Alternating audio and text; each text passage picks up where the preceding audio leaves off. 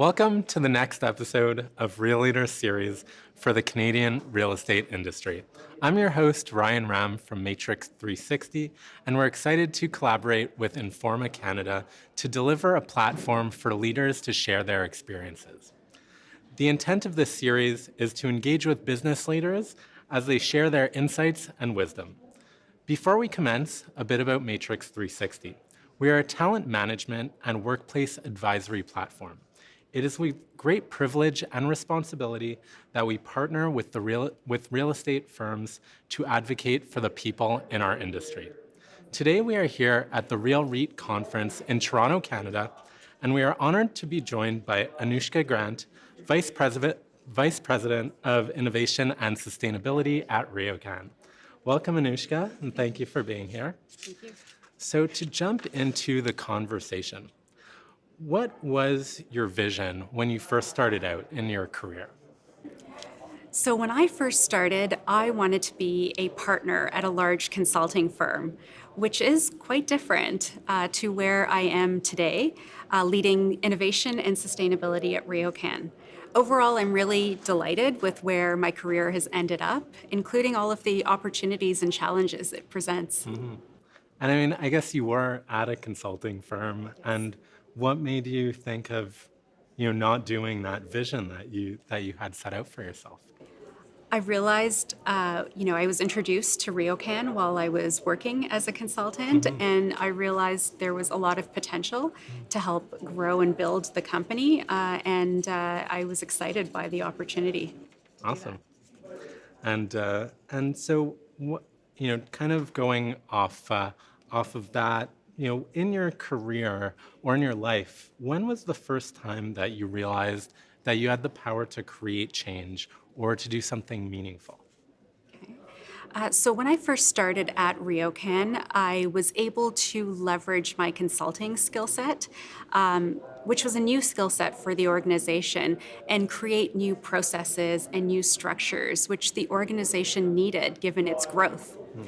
And this really resulted in meaningful change for the organization and for myself too, because it had such a great impact.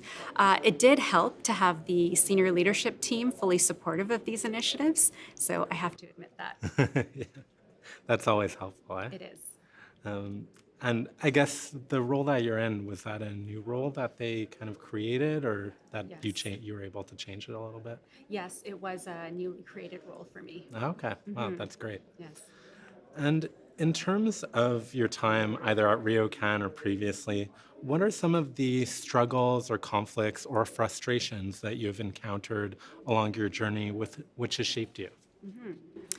It's a good question. So I would say it's more of a challenge.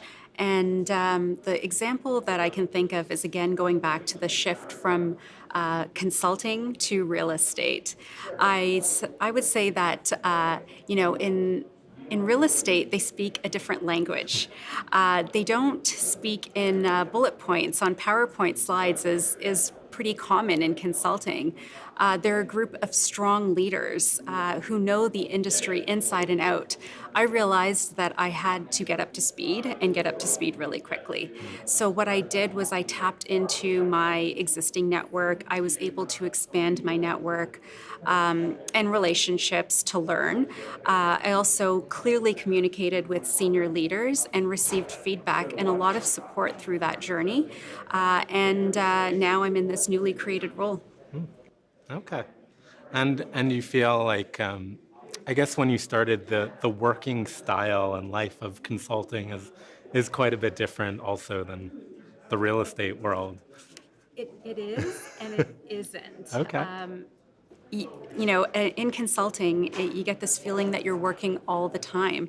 But now with technology and devices, I feel pretty bad not to respond to an email after hours or, sometimes on weekends. There are less of them, I would say, but you want to be responsive and professional. Yeah. And so I still do respond to those things and work maybe outside of working hours a little bit. Yeah, I mean, Yeah, but that's because I want to. right. And I guess that's kind of a cultural shift generally in our society. Yes.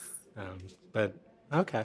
And I guess working with one client instead of multiple Exactly. clients is a Yes, little you bit can different. focus Yeah. and get to know the business inside and out. Absolutely. Okay. Yes. That's great.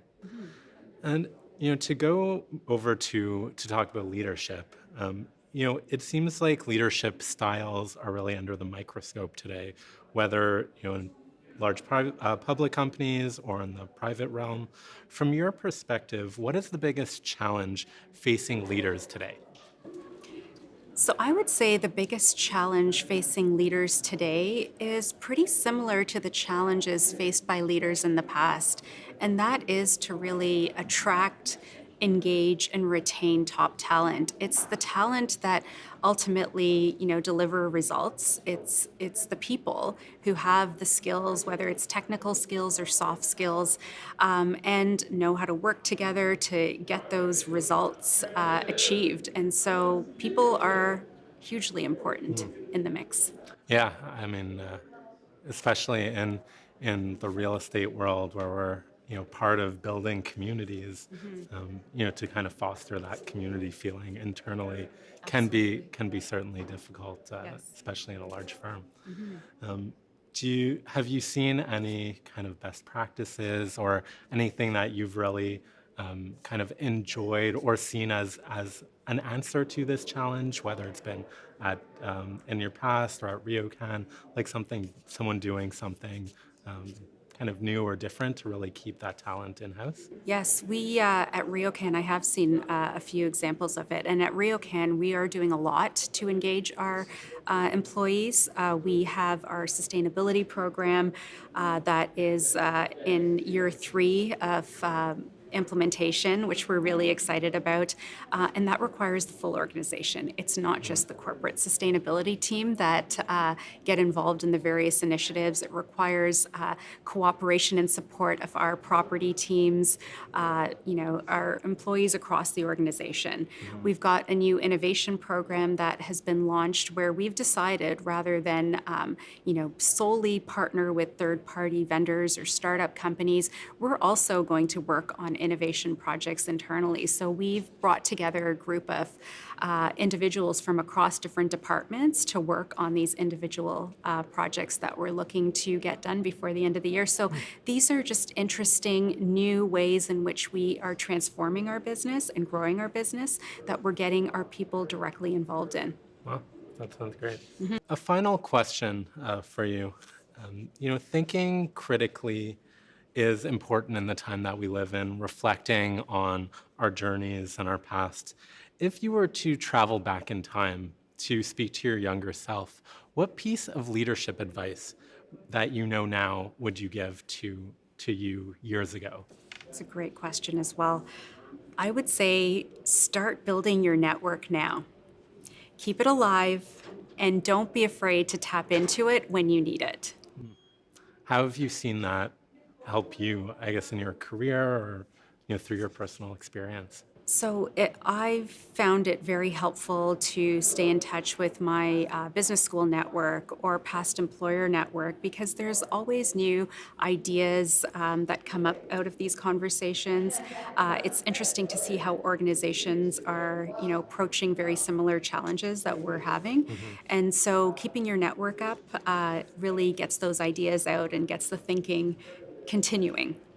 Yeah, and coming to events like Real Read. Exactly. Great. Well, the Real Stories Leadership Series was established to showcase insights and wisdom from real estate leaders. And thank you, Anushka, for being one of those leaders and for engaging in today's conversation. On behalf of the Matrix360 team and Informa Canada, we appreciate you taking your time to share your perspectives with us. If you would like to learn more about Matrix 360 or Informa Canada, please visit our websites. Thank you very much.